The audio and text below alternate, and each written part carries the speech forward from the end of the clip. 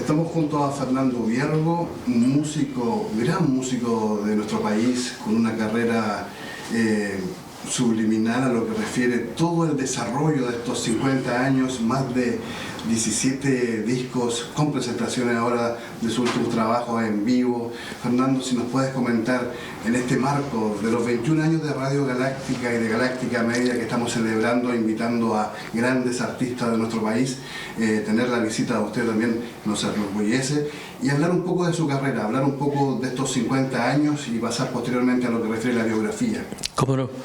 Bueno, lo primero, Alfredo, es agradecer esta invitación. Yo hace mucho tiempo soy consciente del rol y el papel que juega este medio, y especialmente para la escena local, para las bandas locales. Tengo una cercanía muy grande. Bueno, tenía información de primera mano ahí por mis hijos que anduvieron por acá con los de Pastora Bohemia, el propio Chinoy, en fin.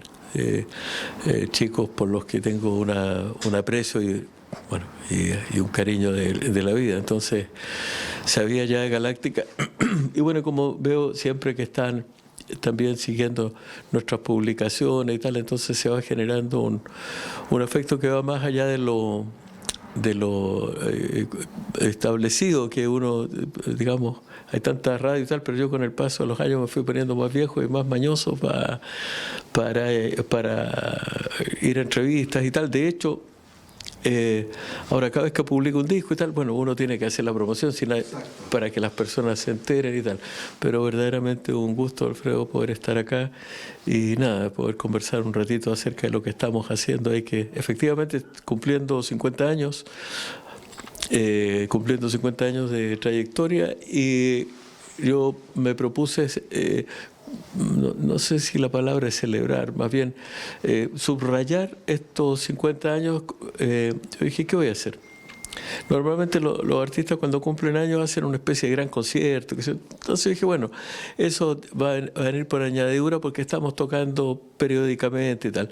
Pero dije, tengo que hacer algo que quede, algo que... Bueno, entonces se me ocurrió, esto hace unos 3 años que le empecé a dar vuelta, hacer 3 discos este año, que es una cosa muy muy complicada, y me empecé yo mismo me metí en este lío. La cuestión es que cuando vino este año ya, yo no había considerado que, bueno, la vida a uno le pone de repente pruebas duras y difíciles, y este año y el anterior han sido años de pruebas muy duras para nuestra familia por temas de salud, en fin. Afortunadamente, y bueno, gracias a todos los dioses y al universo, aquí estamos saliendo adelante en fin, para no entrar, digamos, en detalles, pero ha sido un año difícil, muy muy muy difícil, y agradecido finalmente de que ha sido bueno. Se ha recuperado. Tenemos a nuestra hija Candela, que está ahí en un proceso también de recuperación, pero falta aún mi señora, que salió, la Paulina, con un tumor gigante que le tuvieron que sacar de su cabecita. Bueno, ha sido una experiencia tremenda, es como que alguien vuelve a la vida.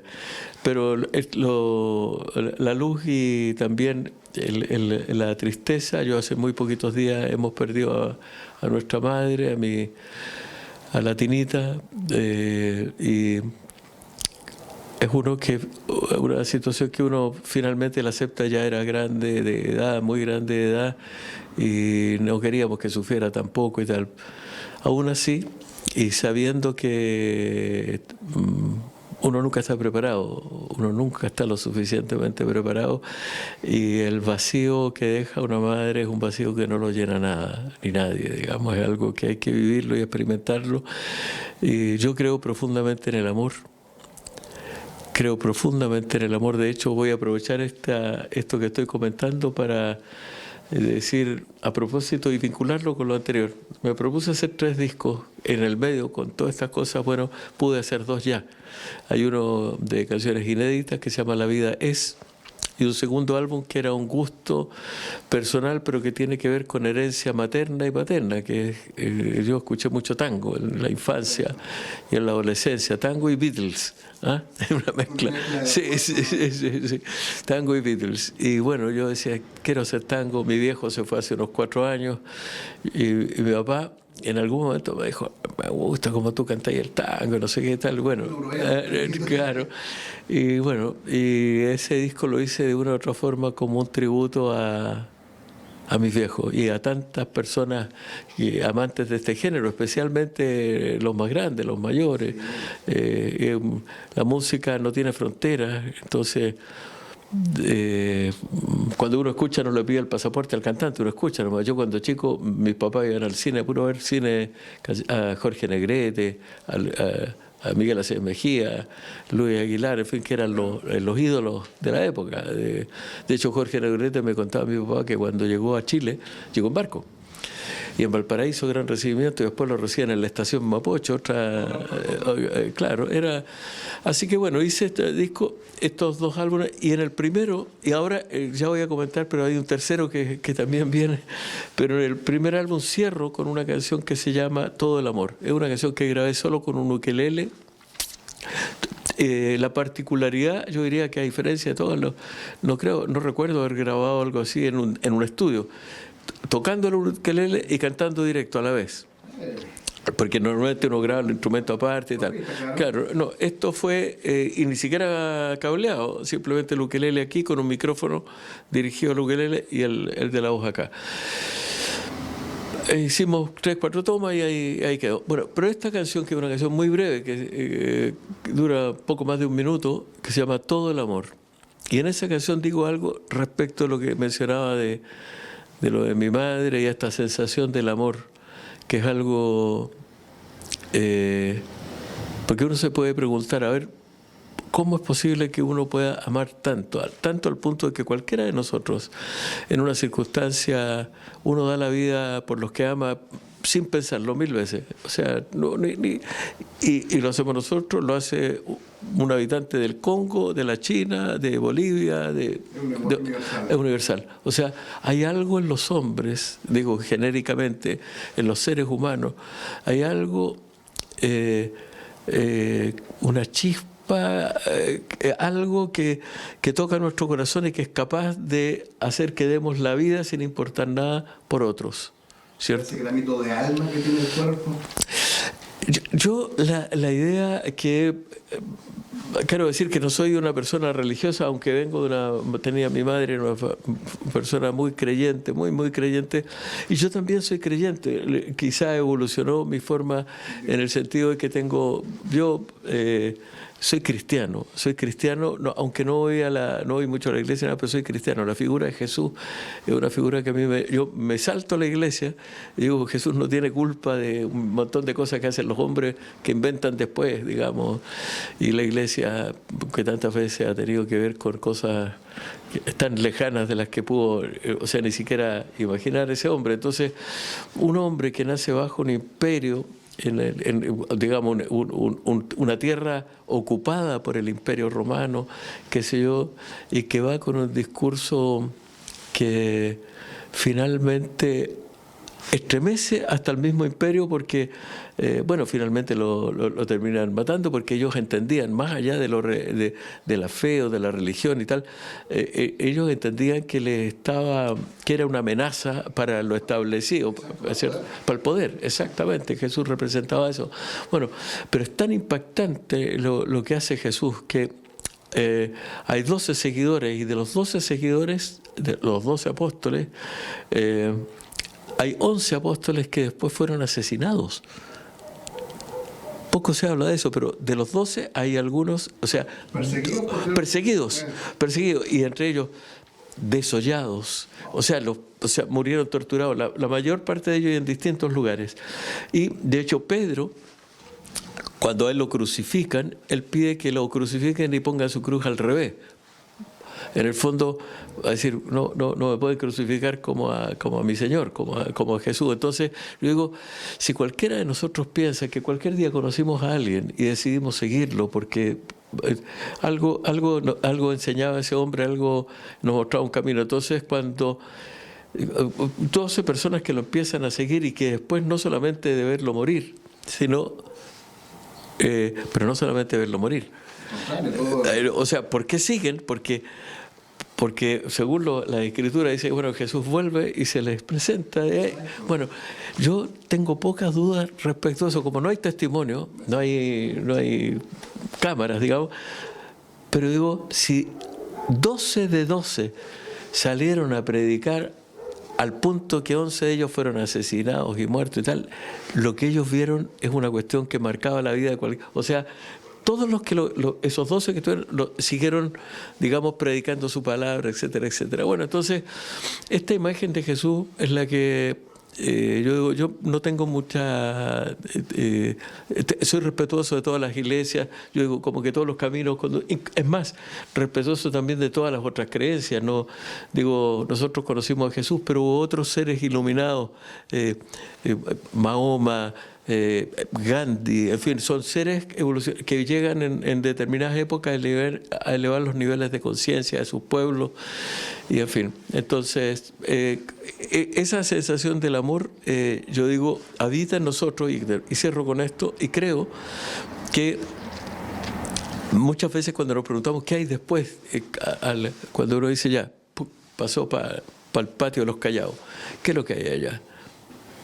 Yo creo que nadie de nosotros lo sabe, lo podría explicar, pero lo que no tengo la menor duda es que en nosotros, en todos nosotros, no importa quiénes seamos y en la época que estemos, habita esa llamita del amor, y esa llamita del amor para mí es como cuando a un hijo, o no un hijo, un niño o una niña, dice, le vamos a hacer el ADN para estar bien seguros quién es la mamá, quién es el papá, o sea, el papá. Porque la mamá es la mamá. Pero vamos a hacerle el ADN para verificar aquí. Bueno, yo creo que todos tenemos ese ADN, todos tenemos un ADN distinto, una huella digital distinta, pero el amor, es que todos sabemos, todos lo hemos experimentado, o una inmensa mayoría, especialmente cuando uno es padre y tal, y uno ama, y claro, y uno ve que hay gente como Jesús y como otros que fueron capaces solamente de amar a su familia, sino a sus pueblos, a la humanidad entera. Entonces, esa experiencia del amor a mí me hace pensar que quien nos hizo a imagen y semejanza, como sea, no sé, nos puso una cuota de esa sustancia intangible que me hace pensar que la vida no concluye como la entendemos al momento de morir físicamente. Entonces, somos solamente carne y hueso. No somos solamente carne y hueso. Y una frase final, Alfredo, así muy cortita, que es, en el fondo, no muere quien es amado. Y en otras palabras, si yo soy capaz de amar a alguien que ya no está, uno no ama la nada. Uno no ama la inexistencia, uno ama algo que existe, porque si algo no existe, uno ya... Pero si alguien que no está sigue tan vivo para nosotros en nuestro corazón, es un misterio hermoso. Ya llevo la conexión de esta conversación por los 50 años, por este cariñito que se coloca estas metas de sacar 3 discos. Pero sí.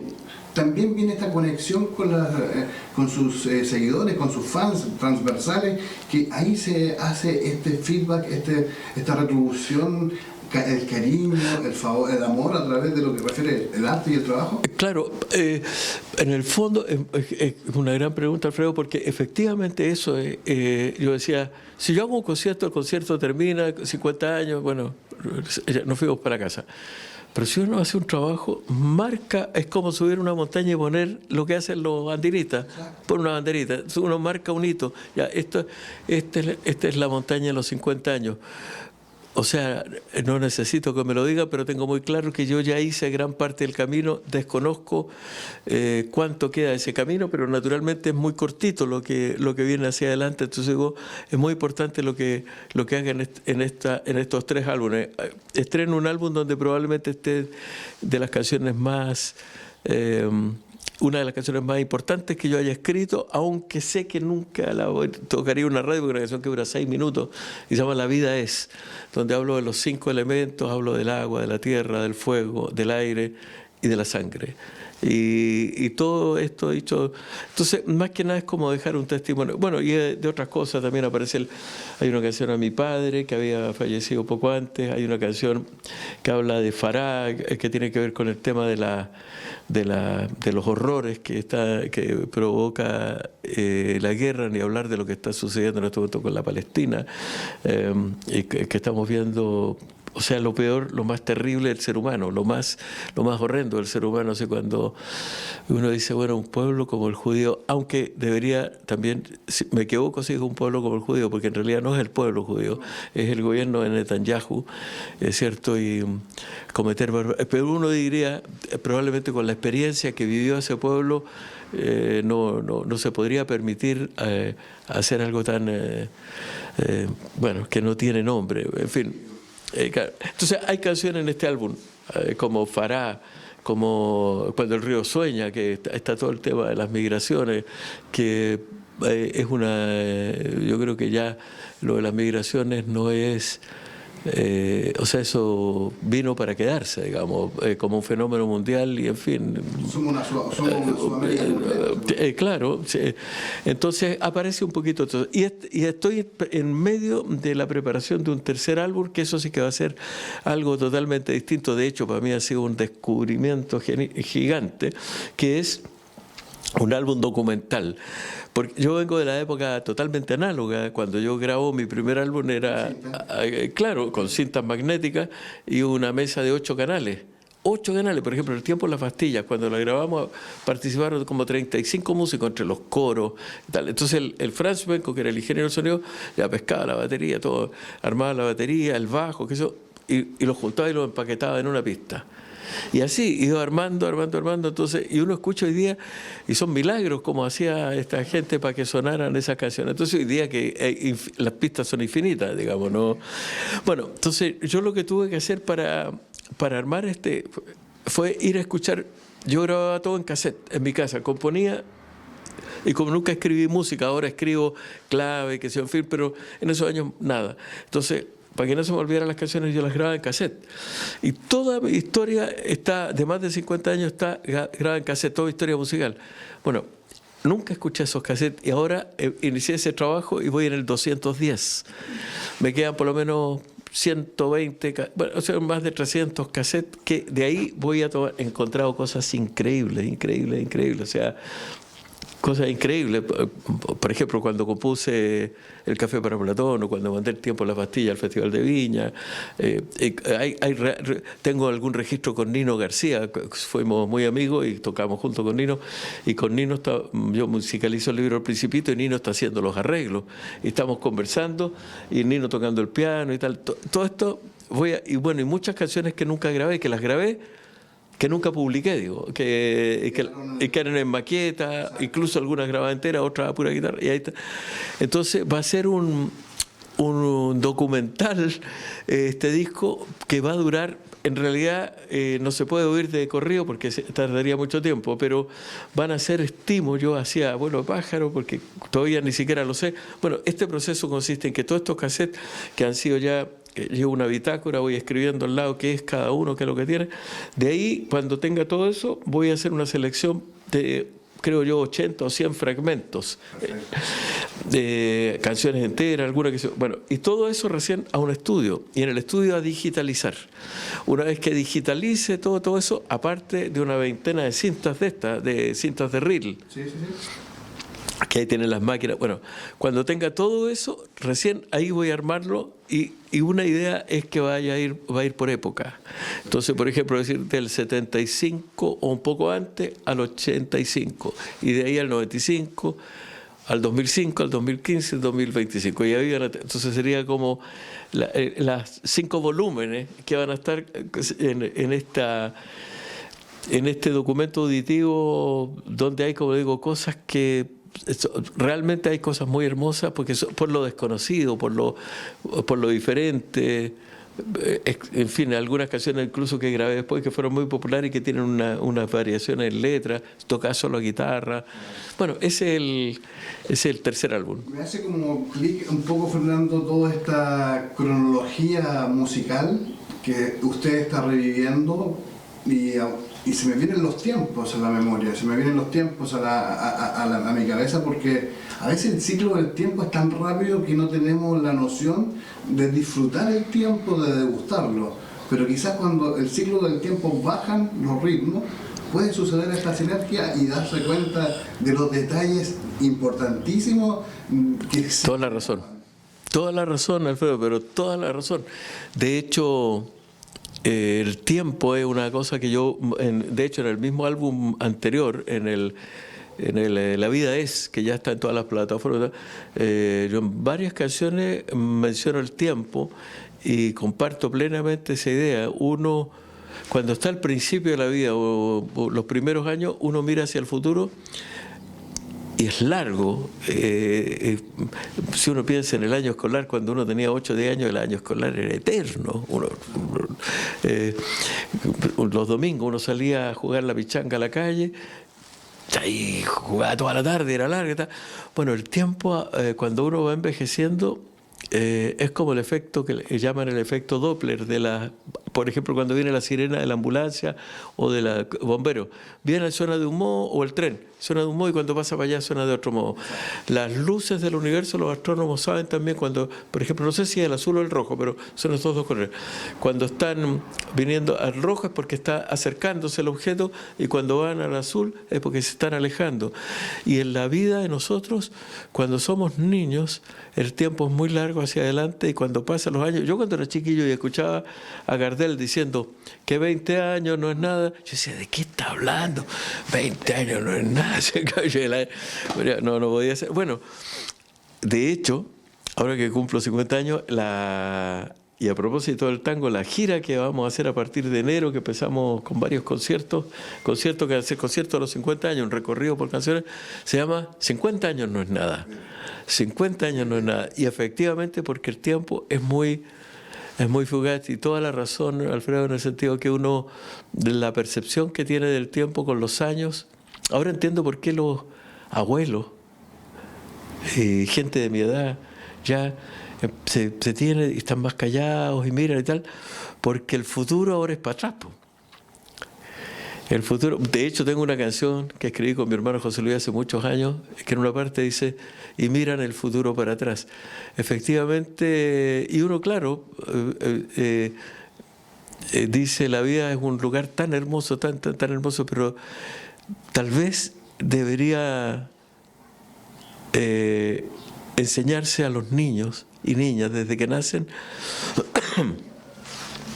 que la vida es un soplido, un chispazo entre dos noches y que hay que disfrutarla, que hay que entenderla. Yo creo que necesitamos un remesón profundo, yo creo que a nivel de conciencias, especialmente en la educación, que hoy día la educación nos sucede que quedó un poco obsoleta, cuando vemos que un chico enciende su teléfono y si quiere saber toda la historia, entonces, tremendo desafío para los profesores, tremendo desafío. Entonces digo, a lo mejor la educación quizás podría, creo que hay una oportunidad gigante para cambiar el enfoque de la educación. Por ejemplo, yo vengo de una educación donde se paraba un profesor o profesora adelante y nos decía, así es la vida, ya sea en las matemáticas, en la ciencia, en la historia, así es la vida, y con suerte opinaba, así era, y nada se podía modificar. Ya nos dimos cuenta que la vida no es tan así, que la vida de repente tiene otros matices. Entonces, quizá la forma que yo creo que podría ser motivadora para todos los jóvenes, porque hoy día todos nos aburriríamos de que alguien nos venga a contar un cuento, todos sabemos que es una perspectiva cuando hay millones de perspectivas. Entonces, quizás la forma sería que la educación dijera, bueno, ok, vamos a hablar de la historia. O sea, basta que pongamos la inteligencia artificial y decir, mira, todo esto es lo que sabemos de la historia hasta ahora, porque si hay una ciencia que no es exacta es la historia la cuenta, y normalmente la historia contó las cosas que le convenía contar, porque la historia normalmente la escriben los que ganaron la guerra, entonces, y ocultan lo que lo que no les hace. En fin, en el tiempo las pastillas dice eso. Dicen que el tiempo guarda en sus pastillas las cosas que el hombre olvidó, lo que nadie escribió, aquello que la historia nunca presintió. Sí, porque la historia se reserva en el fondo de... Mira, lo digo a propósito de nuestro hermano pueblo del Perú. Yo tengo muchos amigos en el Perú, pero muchos, muy buenos amigos, hermanos, y amigas y tal, de una vida. Grabé a Chabuca con músicos peruanos y tal. Soy un gran admirador de la cultura peruana y tal. Y cuando yo conocía la historia de la guerra del 79, contada por ella, es otra historia. Sí, pues. Es otra historia. Entonces digo, no es que la de ellos sea falsa o la de acá sea falsa. Yo creo que, ¿qué hace falta? Que cuando vamos a estudiar algo, entender que la verdad, lo voy a decir, a ver qué tengo aquí, acá tengo una llave. Si yo pongo esto aquí, y yo digo, es bien antigua esta cuestión, dice Terra. Es un llavero así como el dueño. Bueno, si yo pongo este objeto aquí y pido a los que están allí que lo describan, lo describen. Ya, van a escribir. Un mouse. Un mouse, exactamente, un mouse. Pero el que está acá va a estar viendo ese lado. Exacto. El que está acá va a estar viendo este otro lado. Y el que está acá va a estar viendo este otro lado. Y el que está allá arriba va... Bueno, o sea, y si pensamos que hay como un reloj, cantidad de posibilidades de ángulos de vista para un objeto. Ahora imaginemos para una situación, para algo que es bastante, que los bordes no están tan definidos. Entonces, yo creo que lo que buscamos todos los hombres es conocer la verdad y tener el conocimiento. Digo, lo primero que yo debería hacer es preguntarle al que está al otro lado, justo al otro lado mío. Yo estoy aquí, a los 180 grados, ya digo, porque esa parte yo no la veo. Él está viendo lo que yo no veo. Yo lo necesito a él. Y todos necesitamos de todo. Y cuando entre todos podemos dar nuestra opinión, finalmente llegamos a un cierto consenso que nos aproxima a lo que entendemos por verdad o realidad y tal. Lamentablemente, me parece que el mundo, por el mismo tema de las redes y las plataformas y los algoritmos que van acentuando, y a cada uno le van mostrando, a este le gusta el azul, entonces le va a tirar puro azul, y todos los azules, y los que opinan verde, no, los verdes van con él. Entonces, cuando se encuentra un azul con un verde, se encuentran dos personas que no se entienden casi.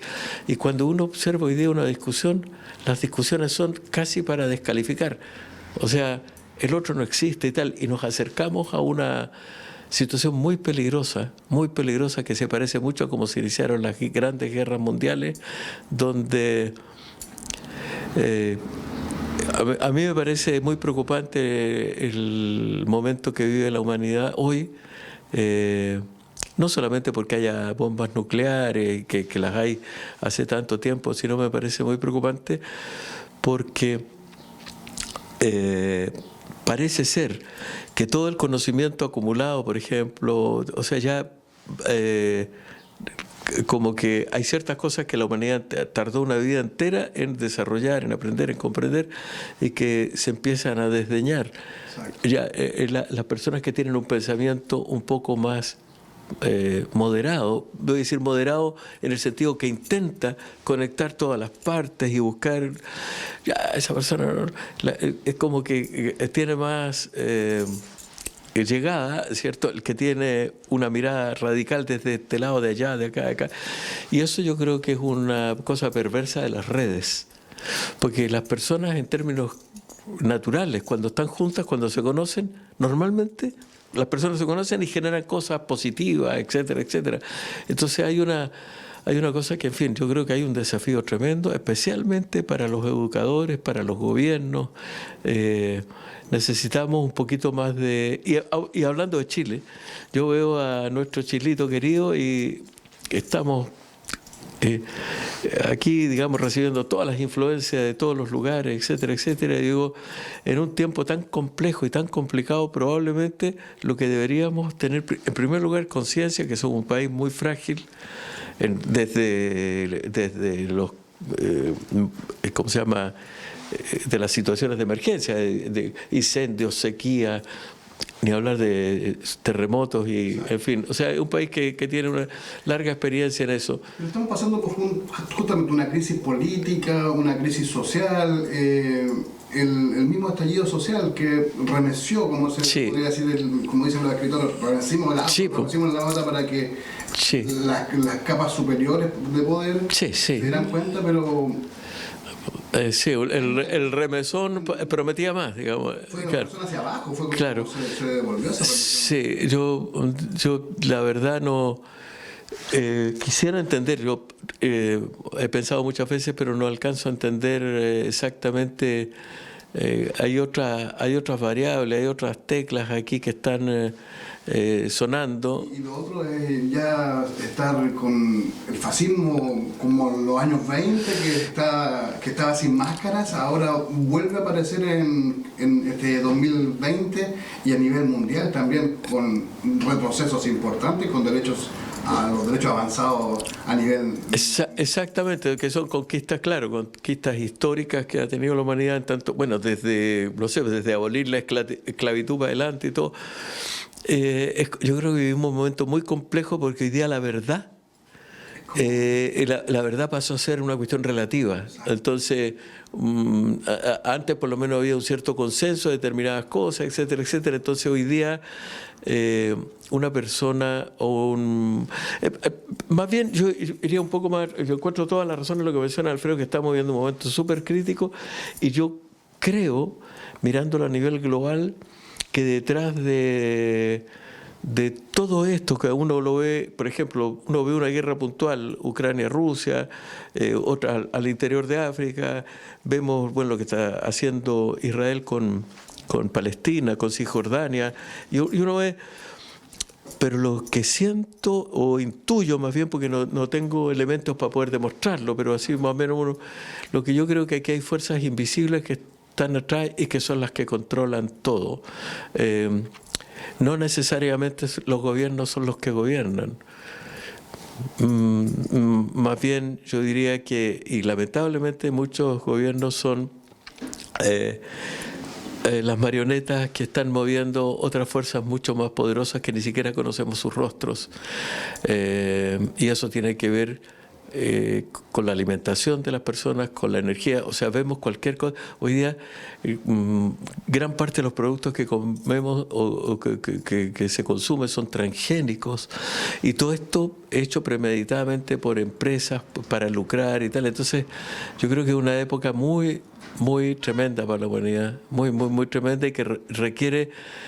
yo tengo una gran esperanza en el ser humano. Yo creo que las mentes jóvenes, los chicos, las chicas, son los que probablemente puedan ir encontrando el camino, pero el camino tiene que ser a través, yo creo, de lo colectivo, porque desafortunadamente aquí hay fuerzas que yo ni siquiera las podría precisar. Yo digo, imagino, o sea, la industria de la guerra, la industria del armamento, o sea, cada misil de esos que tiran vale $1 millón o mucho más y tal, y está lleno. Entonces, mientras alguien está pensando, pucha, qué pena que haya guerra, otros que no son muchos están pensando que bueno que haya guerra porque sigo produciendo y mandando armas, fabricando buques y tal. Entonces, es una tristeza cuando uno sale y mira.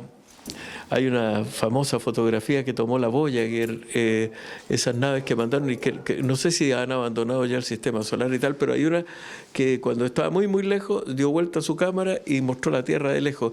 Y sobre esa fotografía, Carl Sagan, el gran ¿cómo se llama? Científico, él dice que ahí estaba ese punto celeste allá que perdido, que era el único lugar habitable para la vida como la entendemos, como la conocemos, en medio de una soledad infinita, una cosa que es inimaginable. Y ahí está.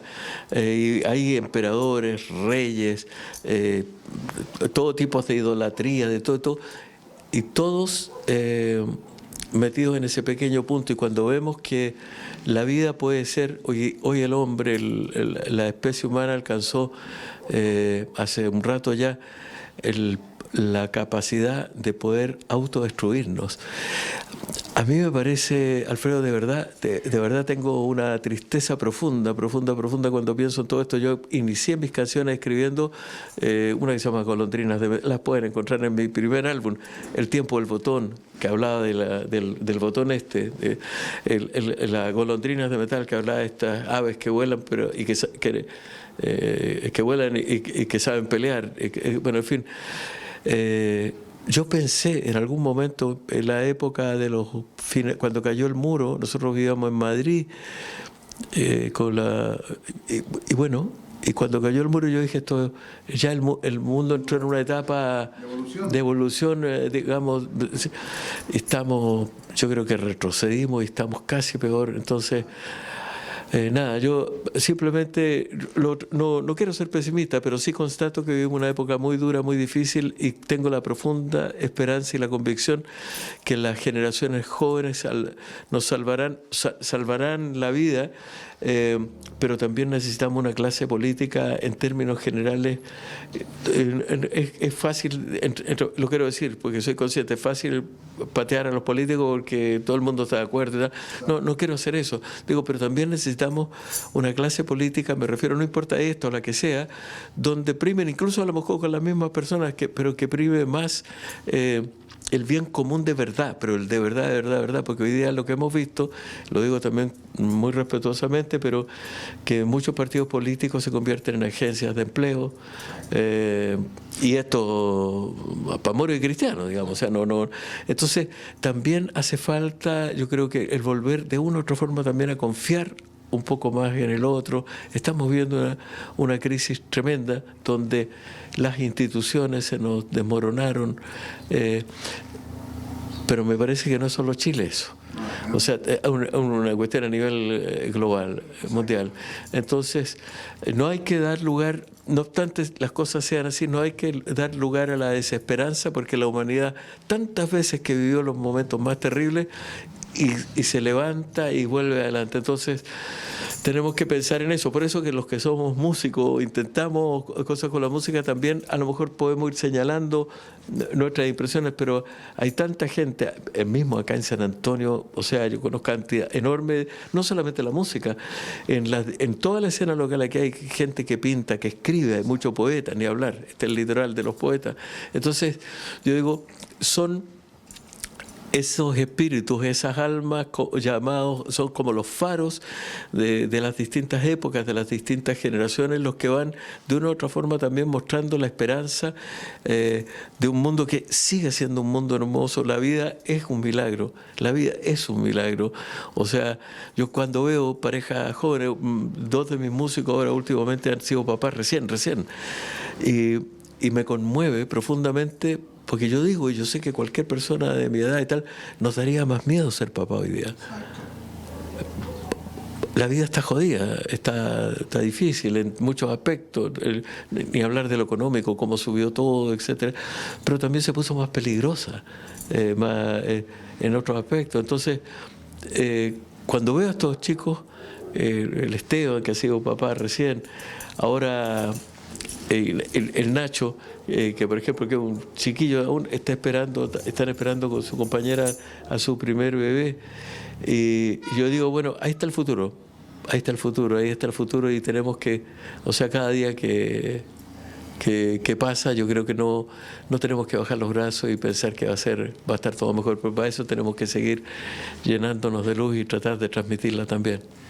Llegando a la recta, Fernando, de esta honesta conversación y entrevista dentro de este marco de los 21 años de Galáctica, agradecer su visita, particularmente esta honestidad de poder conversar, como se podría decir, a corazón abierto, donde expresar y sentir y revivir con esta conversación algo de su trabajo, detalles tan importantes que nuestras auditoras y auditores se van a nutrir de esto, que son tan especiales.